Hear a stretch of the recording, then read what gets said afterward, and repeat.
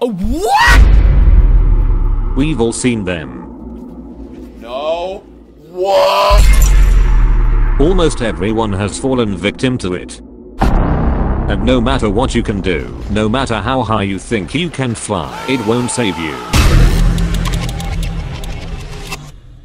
Today, however, shall be the day where we solve this mystery behind the mid-air burrow, figure out how it came to be, and why it is so infamous within the community.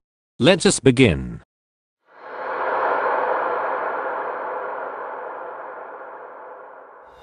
Before we explore further into mid-air burrows, we first need to look at what the ability was intended for, so that we know how it functions, as well as what it is meant to do. Burrow serves three different purposes. It can either be used to retreat back to safety, avoid sudden high amounts of damage, or more commonly, used to assassinate and instantly kill almost every zombie in the game. When in Burrow, the chomper is immune to all forms of attacks, and they can stay in the ground until either their stamina runs out, or if an engineer stuns them, which will force them above ground. Now with the simple facts out of the way, let us get into some technical details about the ability. For one, the movement speed of Burrow is entirely dependent on the speed of the chomper. So if you are playing as the armored chomper, then Burrow will move at a significantly slower pace. If however, you are playing as a hot rod chomper, then Burrow will be significantly faster, and allow you to very easily get just about anywhere within a few short seconds. The other thing, which is more interesting, is that the detection hitbox is noticeably larger than what one might expect, especially with the provided visuals that show on the ground. This can easily be seen in the following split-screen demonstrations. The first one here shows a small wall between the pirate and the chomper. If the pirate is close enough to the wall when the chomper is in Burrow, then the chomper will warp straight through the wall, bypassing it entirely. The second demonstration shows the hitbox's surprising amount of verticality, as shown here. The imp is standing on top of the car. Despite this, however, the chomper is still able to reach him with Burrow. It's this demonstration here that shows the potential origins of the mid-air burrow.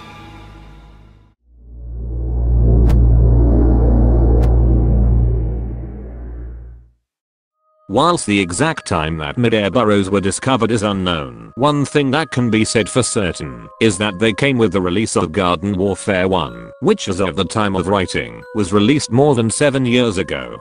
However, mere weeks after release, a user by the name of Distant Goth uploaded what I believe to be the first ever recorded experience of a mid-air burrow, uploading it to his YouTube channel on the 17th of March 2014. The video depicts the player as the normal chomper going underground and chasing after an electrician. Then, clear as day, despite the electrician being quite high above the ground, the chomper is still able to burrow him without any issue at all. This also proves that the same hitbox was used back in Garden Warfare 1, with a noticeable leeway in terms of its verticality. Despite this remarkable discovery, however, it seems that the video has gone unnoticed by the community, with it only managing 70 views since it has been uploaded. It would be years later when they began to become more noticeable, especially when several well-known content creators, such as Wolfie Plays, made several videos dedicated to the mid-air burrow, showing its existence to the community and letting everyone know what it was capable of. These efforts made mid-air burrows much more notable within the community, which then led them to asking two questions that for several years no one has been able to answer. What causes a mid-air burrow? And more importantly, why does it happen in the first place?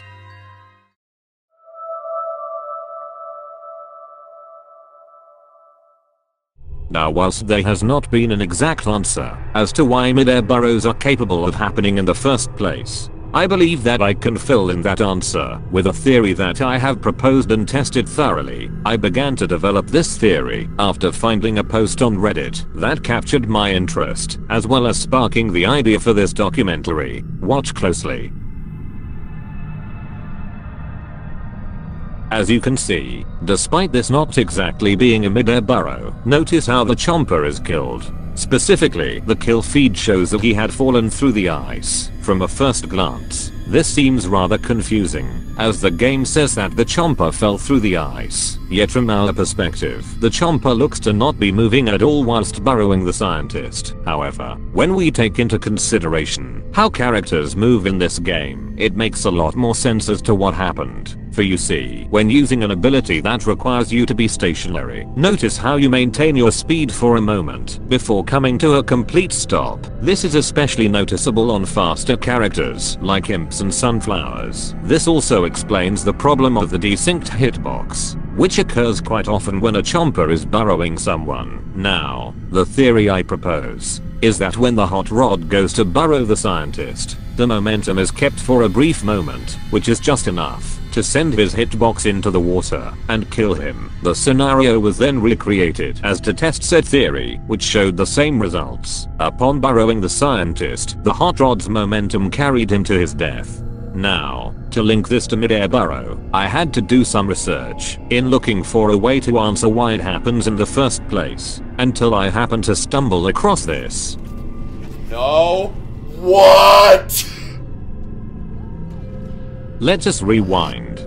Notice how the moment the burrow animation is complete, the chomper instantly snaps back to the ground. This leads me to believe that the mid-air burrow is a visual inaccuracy on the game's end, with it rendering the animation in the incorrect place. Latency also has a role in this, as from the chomper's perspective, the zombie may be on the ground. However, from Jack's perspective, he has just used Rocket Leap to gain altitude in an attempt to avoid the chomper. However, the game has recognized the chomper's inputs and loads the animation at the zombie's location. This gives it the illusion that the burrow is taking place in midair, yet the hitbox has remained on the ground, hence why the moment the animation is complete, the chomper model instantly snaps to the ground, which is where the chomper's hitbox is. This also explains on why the chomper's hitbox may become desynced from his character model, as it may have kept the momentum forward, allowing it to slide far from where the actual chomper model is, making it very inconsistent in trying to shoot at them.